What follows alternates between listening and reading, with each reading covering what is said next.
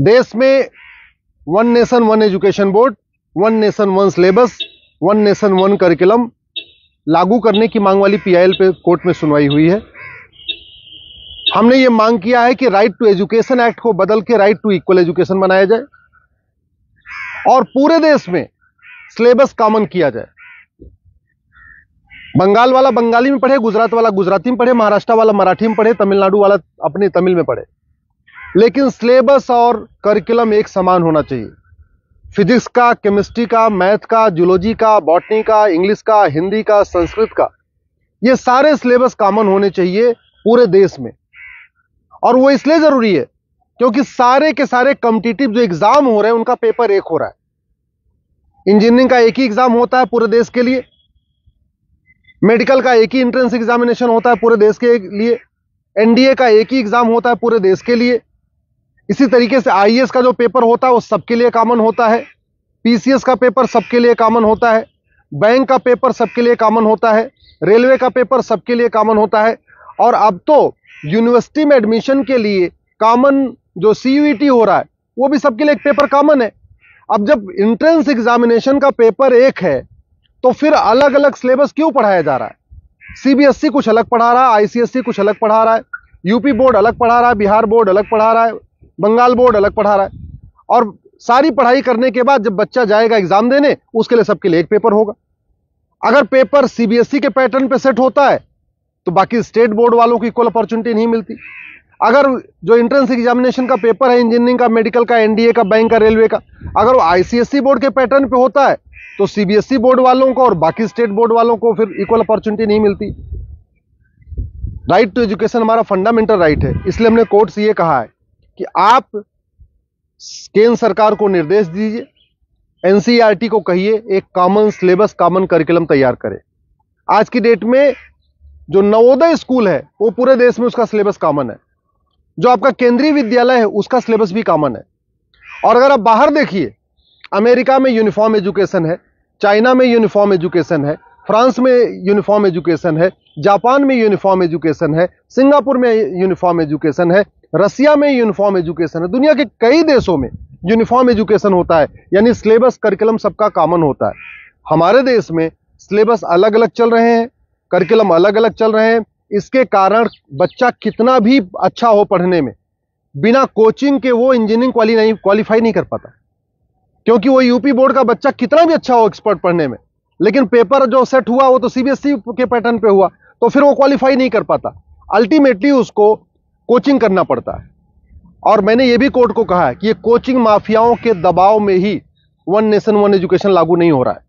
Coaching mafia इतने powerful है, इनका लगभग 5 लाख करोड़ रुपए का कोचिंग का बिजनेस है हर साल का।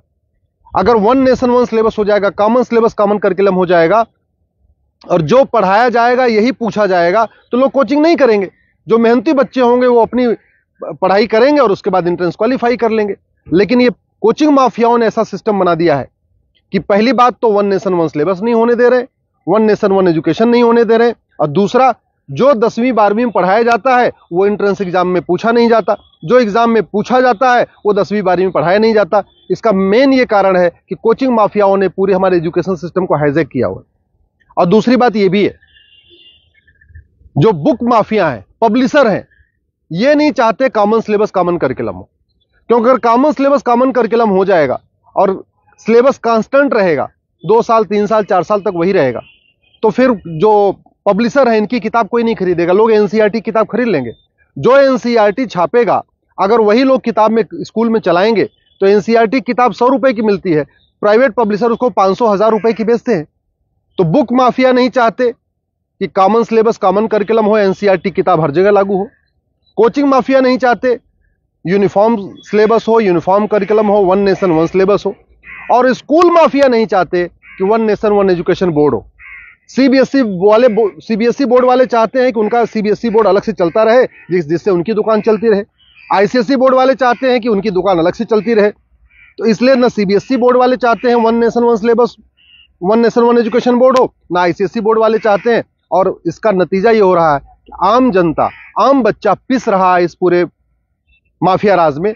इसलिए मैं कोर्ट से निवेदन किया है। कोर्ट ने केंद्र सरकार के शिक्षा मंत्रालय को और कानून मंत्रालय को 4 हफ्ते के अंदर जवाब दाखिल करने के लिए कहा है। एनसीईआरटी, सीबीएसई बोर्ड और आईसीएसई बोर्ड को बोला है 4 हफ्ते के अंदर जवाब दाखिल करिए। दिल्ली सरकार को भी बोला है कि आप भी अपना स्टैंड क्लियर करिए, आप क्या चाहते हैं, आप one nation one syllabus, one nation one curriculum चाहते हैं या नहीं चाहते, आप one nation one education board चाहते नहीं चाहते। और 4 हफ्ते के बाद जवाब आ जाएगा, फिर 11 दिसंबर को इसकी अगली सुनवाई होगी। मैं आप लोगों से निवेदन करता हूं, इस वीडियो को जन जन पहुंचाइए, इस वीडियो को घर घर पहुंचाइए।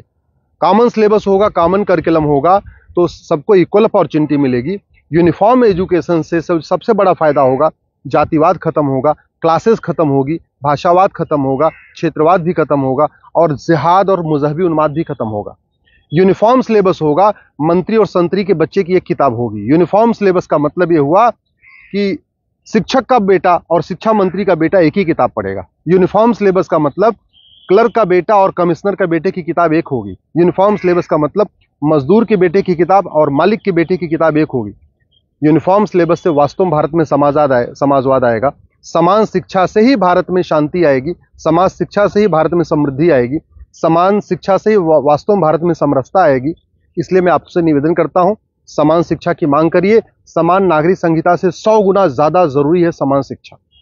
ये जो देश में आप देख रहे हैं ना, आतंकवादियों के समर्थन में रैली निकलती है, जिहादियों के पक्ष में लोग खड़े हो जाते हैं, युद्ध हो रहा है इजराइल में और रैली निकल रही है आतंकवादियों के समर्थन में भारत में। ये क्यों?